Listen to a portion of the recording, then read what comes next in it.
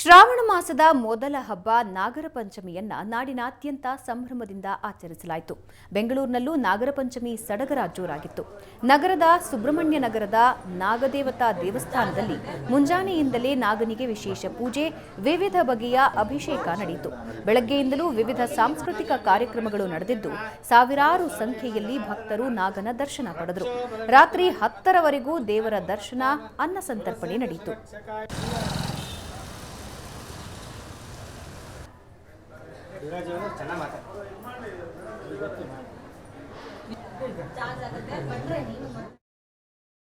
ಇಲ್ಲಿ ಕೂಡ ವಿಶೇಷವಾಗಿ 5 ಅಡಿ ಎತ್ತರದ ಸುಬ್ರಹ್ಮಣ್ಯನ ವಿಗ್ರಹ ಇದ್ದು, ನಾಗಪ್ಪನ ವಿಗ್ರಹ ಇದ್ದು, ಹಿಂದಿನಿಂದಲೂ ಕೂಡ ಇಲ್ಲಿ ಅಶ್ವತ್ಥಕಟ್ಟೆ ಅಂತಕ್ಕಂಥದ್ದು ದೇವಾಲಯದ ರೂಪದಲ್ಲಿ ಇಲ್ಲದೇ ಹೋದರೂ ಅದರ ಪಕ್ಕದಲ್ಲಿ ಸುಬ್ರಹ್ಮಣ್ಯ ಆರಾಧನೆ ನಿರಂತರವಾಗಿ ನಡೀತಾ ಇತ್ತು. ಅದು ಇವತ್ತಿನ ದಿವಸ ಒಂದು ದೇವಾಲಯದ ಹಂತಕ್ಕೆ ಬಂದು ನಿಂತಿದೆ.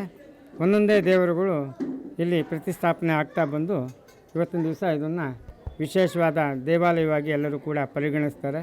ಹೆಚ್ಚಿನ ರೀತಿಯಲ್ಲಿ ಭಕ್ತಾದಿಗಳು ಆಗಮಿಸಿ ತಮ್ಮ ಸೇವೆಯನ್ನು. ಇದು ಬೆಂಗಳೂರಲ್ಲಿ 2ನೇ ಒಂದು ಅತಿ ಎತ್ತರದ ಒಂದು ನಾಗರ ಒಂದು ದೈವ ಅಂತ ಹೇಳ್ಬೋದು. ಒಂದು ಏನಂದರೆ ಕಣ್ಣಿಗೆ ಕಾಣುವ ಪ್ರತ್ಯಕ್ಷ ದೇವರು ಈ ಕಾಲದಲ್ಲಿ ಏನಿದೆ ಅದು ನಾಗಪ್ಪ ಅಂತ ಒಂದು ಪ್ರತೀತಿ ನಂಬ್ಕೊಂಡು. ಅದನ್ನು ನಾವು ಇಲ್ಲಿ ಒಂದು ವಿಗ್ರಹ ಇದ್ದದನ್ನು ಮತ್ತು ಮಟ್ಟಿಗೆ ತಂದು ಮತ್ತು ಇದು ಅಲಂಕಾರಕ್ಕೆ ಒಂದು ಕವಚ ಎಲ್ಲ ಮಾಡಿಸಿದ್ವಿ. ಇವತ್ತು ಅನಾವರಣ ಮಾಡಿದ್ದೀವಿ. ಎಲ್ಲ ಒಂದು ಭಕ್ತಾದಿಗಳೆಲ್ಲ ಒಂದು ನಮ್ಮ ಮಿತ್ರರು ಮತ್ತೆಲ್ಲರೂ ಸೇರಿ ನಮಗೆಲ್ಲ ಕೆಲವರೆಲ್ಲ ಸೇರಿ ಇಲ್ಲಿ ತುಂಬ ವಿಜೃಂಭಣೆ ಮಾಡ್ತಾಯಿದ್ದೀವಿ. ಪ್ರತಿ ವರ್ಷ ನಾಗಪ್ಪ ಮಳೆ ಬೆಳೆ